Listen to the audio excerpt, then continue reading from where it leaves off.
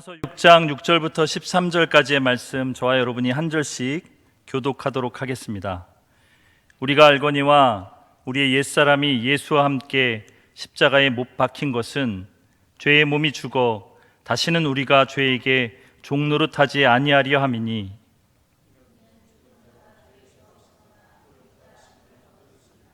만일 우리가 그리스도와 함께 죽었으면 또한 그와 함께 살 줄을 믿노니,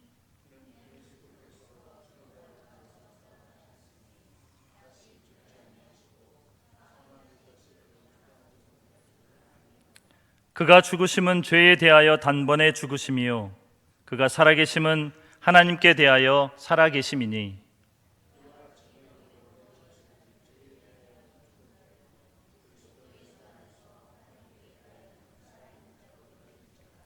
그러므로 너희는 죄가 너희 죽을 몸을 지배하지 못하게 하여 몸의 사욕에 순종하지 말고, 또한 너희 지체를 불의의 무기로 죄에게 내주지 말고, 오직 너희 자신을 죽은 자 가운데서 다시 살아난 자 같이 하나님께 드리며 너희 지체를 의의 무기로 하나님께 드리라. 아멘.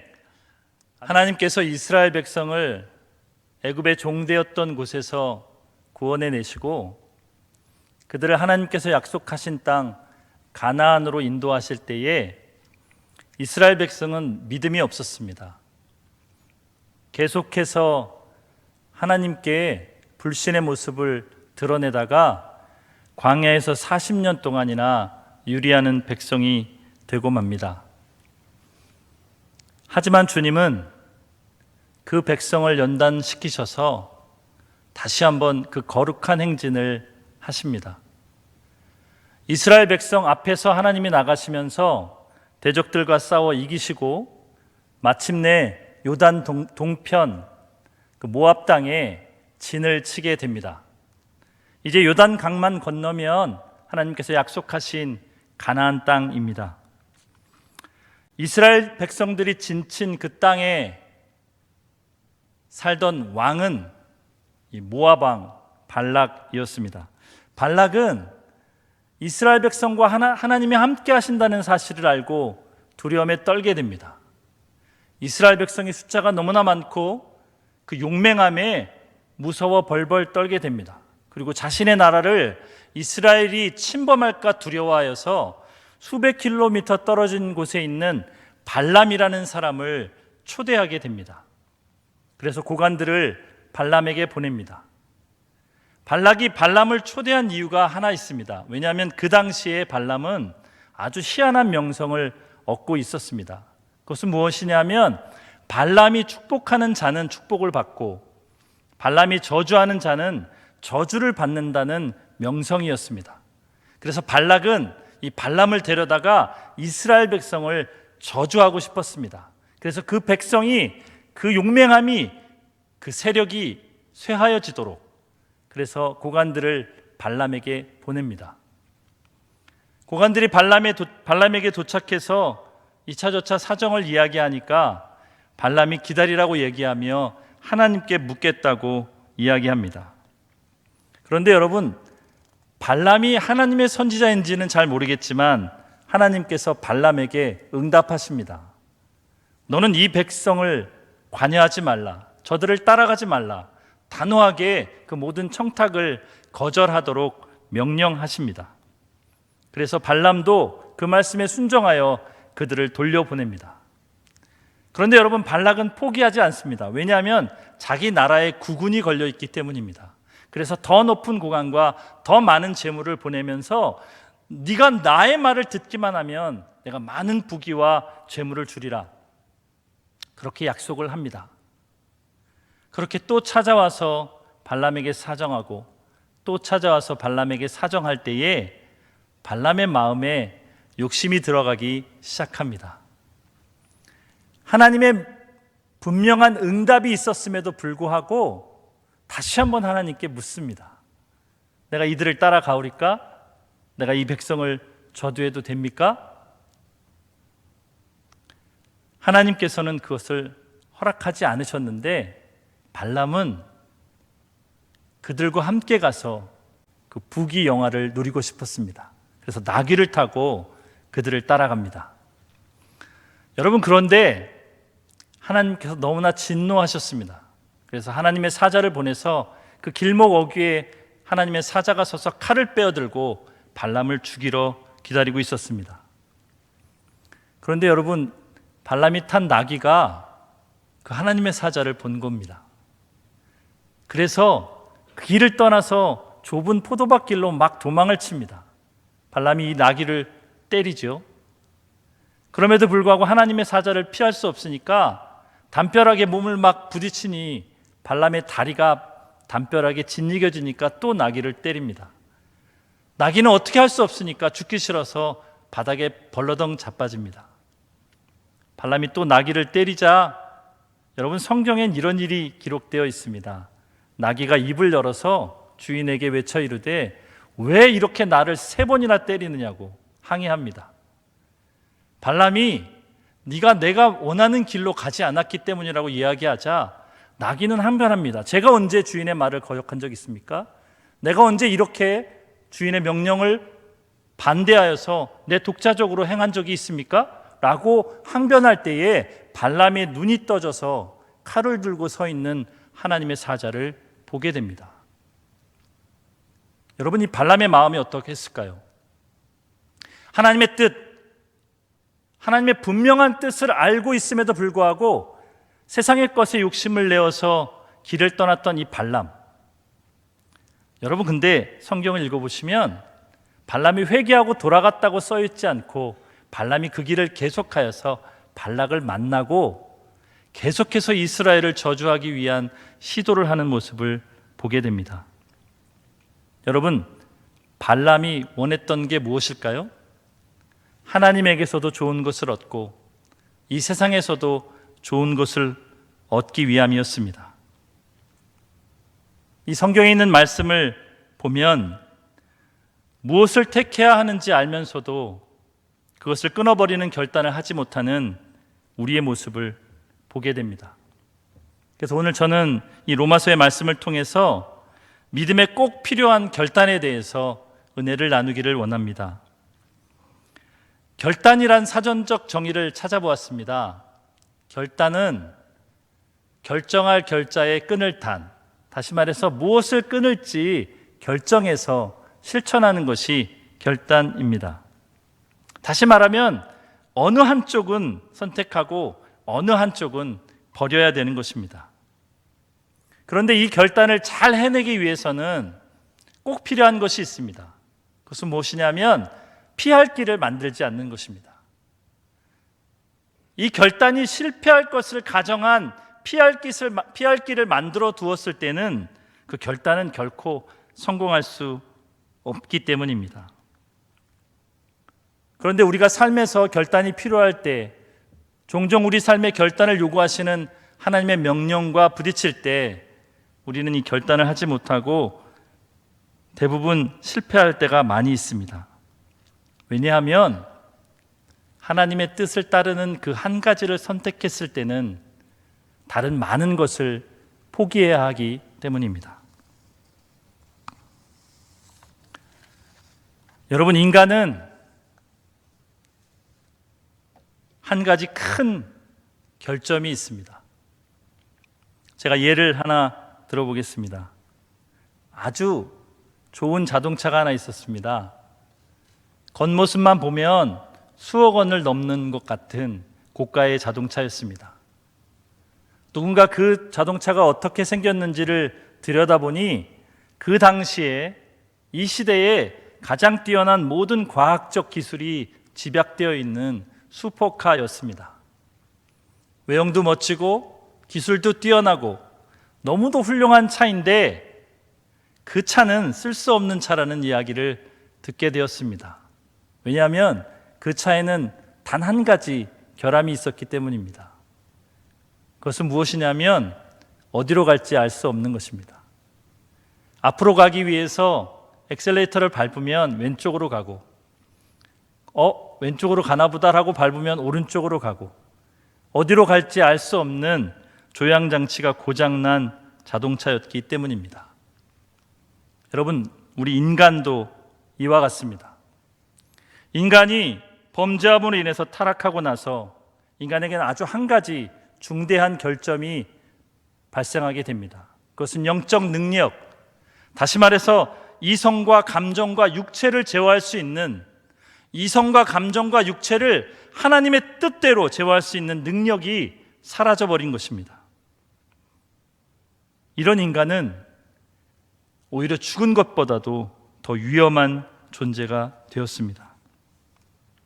그래서 예수 그리스도 밖에 있는 인간은 아무리 노력하고 애써도 결국엔 죄를 짓고 마는 비참함에 빠지게 되었습니다. 죄악된 본성, 이것이 바로 인간의 원래 모습입니다.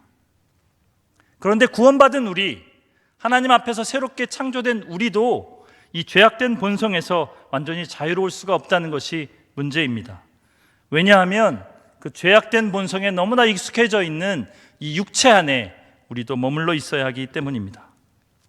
여러분, 여기에 우리의 고통이 있습니다. 우리가 복음을 계속해서 듣다 보면 죄에 더 민감해지게 되고, 죄를 모르고 살 때는 너무나 편하게 살 수 있었는데 복음을 통해서 죄를 알게 되니까 내 안에 두 개의 자아가 있음을 알게 되는 것입니다. 그래서 로마서 7장에서 바울도 이 두 자아 때문에 탄식하며 이렇게 얘기합니다. 오호라, 나는 곤고한 사람이로다.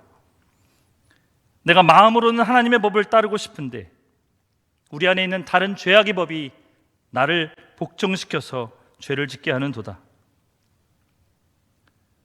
여러분, 우리 인간들이 가지고 있는 이 중대한 결점, 그것으로 인해서 우리는 죄를 짓는, 탄식과 절망 가운데 살아갈 수밖에 없는 존재였다는 사실을 여러분 기억하셔야 합니다. 그런데 그 탄식과 절망에서 우리도 끝나게 되면 예수 그리스도 밖에 있는 사람과 우리는 아무 차이가 없었을 것입니다. 그런데 바울은 로마서 7장 마지막에 이렇게 결론을 맺습니다. 우리 주 예수 그리스도로 인하여 하나님께 감사하리로다.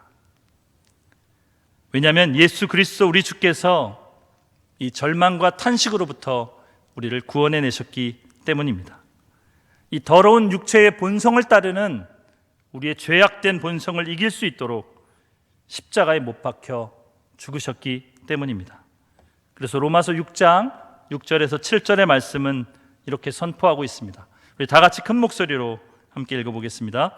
우리가 알거니와 우리의 옛사람이 예수와 함께 십자가에 못 박힌 것은 죄의 몸이 죽어 다시는 우리가 죄에게 종노릇하지 아니하려 함이니 이는 죽은 자가 죄에서 벗어나 의롭다 하심을 얻었습니다.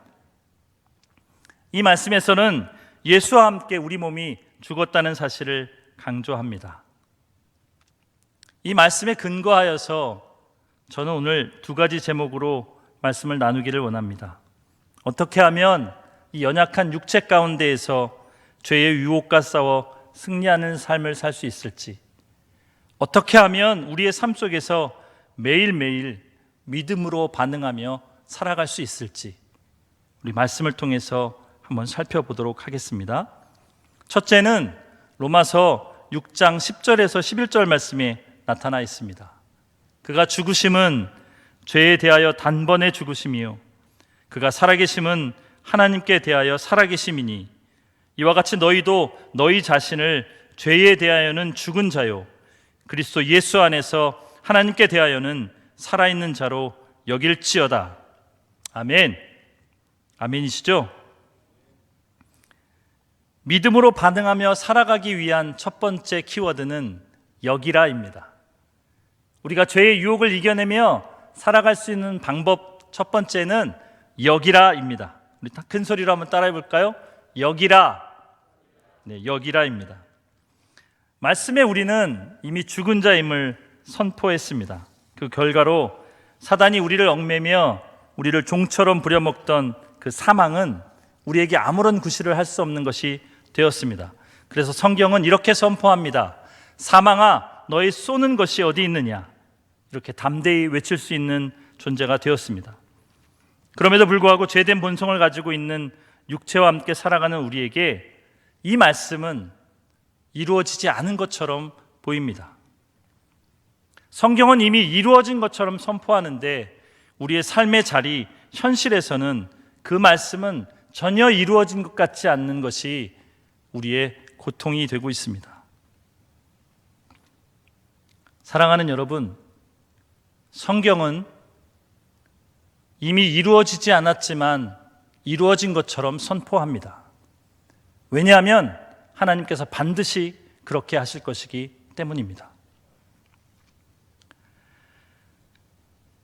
주님도 우리 이 연약함을 너무나 잘 아셨습니다. 그래서 살아있는 자다라고 이야기하지 않으시고 살아있는 자로 여길지어다라고 말씀하시는 것입니다.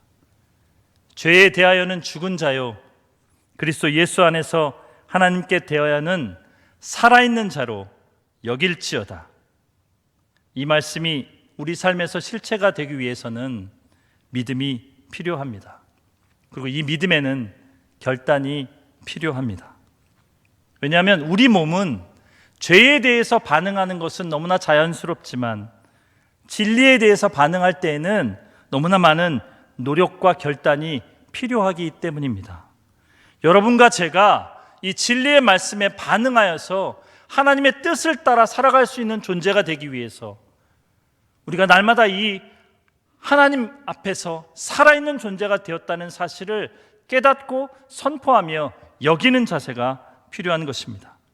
느낌이나 습관과 상관없이 매일 새롭게 인식하는 것입니다.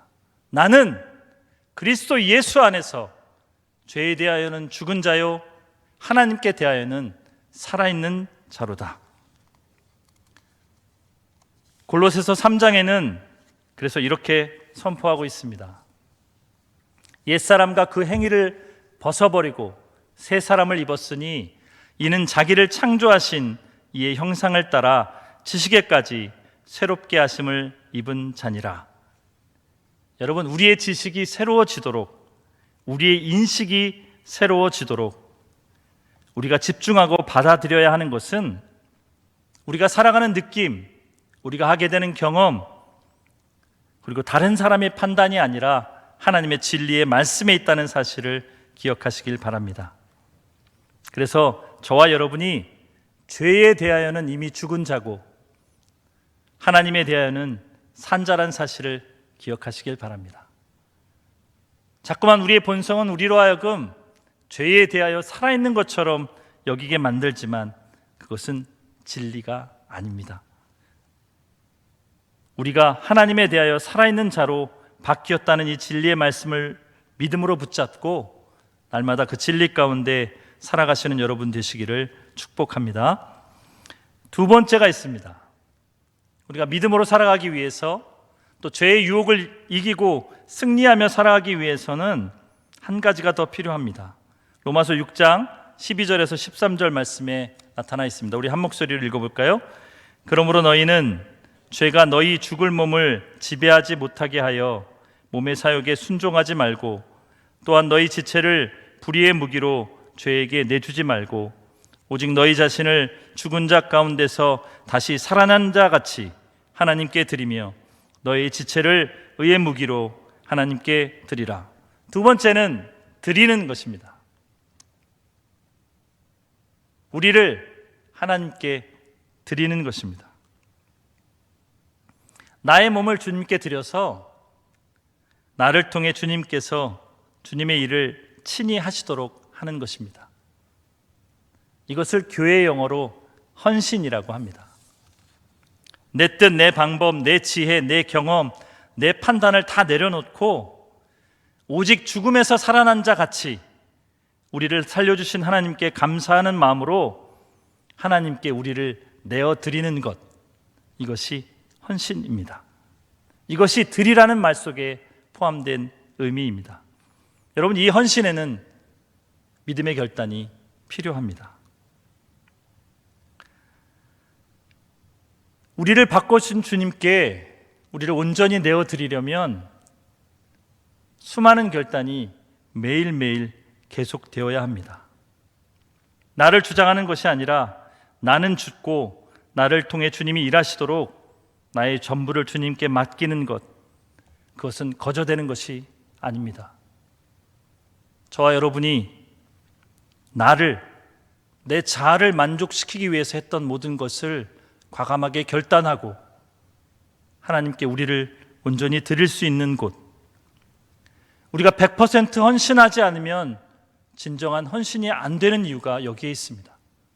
저와 여러분이 전심으로 하나님께 우리를 내어드릴 때 헌신되어지고 하나님께서 저와 여러분을 통해서 일하기 시작하실 것입니다. 말씀을 정리하겠습니다. 여러분, 우리를 둘러싸고 있는 상황을 한번 보십시오.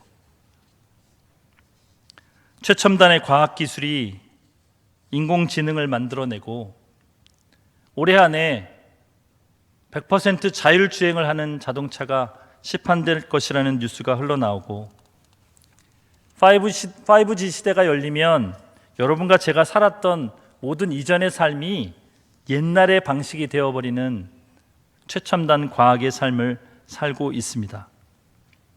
그것뿐만 아니라 의학이 너무나 발달해서 이제는 인간의 영역을 넘어서 신의 영역이라는 곳까지도 그 의술은 시도를 하고 있습니다. 인간이 쌓아올린 놀랍고 발전된 시대를 살아가는 것이 지금 우리입니다. 그런데 눈에도 보이지 않는 바이러스 하나 때문에 전 세계는 공황 상태에 놓여 있게 되었습니다. 여러분, 이것이 인간의 진정한 모습입니다. 인간의 연약한 모습입니다. 모든 것을 할 수 있는 것 같지만 사실은 너무나 연약하고 무기력한 존재가 인간입니다. 인간이 바벨탑을 쌓으면 쌓을수록 그것은 결국 하나님의 진노로 인해서 무너져 버릴 수밖에 없는 헛된 것이라는 사실을 인간은 너무나 잘 알고 있습니다. 그런 우리에게 주님은 여기라, 드리라고 말씀하고 계십니다.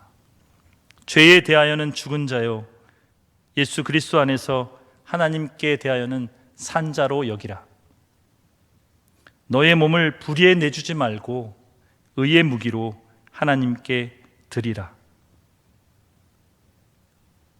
이 말씀을 매일 결단하며 믿음으로 반응하시면 여러분이 이전에 경험하지 못했던 놀랍고 새로운 세계가 열리게 될 것입니다. 하나님이 일하시는 기적의 세계, 하나님이 함께 하시는 평안의 세계, 하나님이 응답하시는 위로의 세계가 우리 가운데 열리게 될 것입니다. 이 말씀을 믿음으로 붙잡고 날마다 결단하시며 살아가시는 여러분 되시기를 축복합니다. 주님의 이 놀라운 세계 가운데서 우리 믿음으로 살아가다가 주님 오시는 그날 한박 웃음 지으며 주님을 맞이하는 복된 저와 여러분이 되시기를 예수 그리스도의 이름으로 축복합니다. 기도하겠습니다.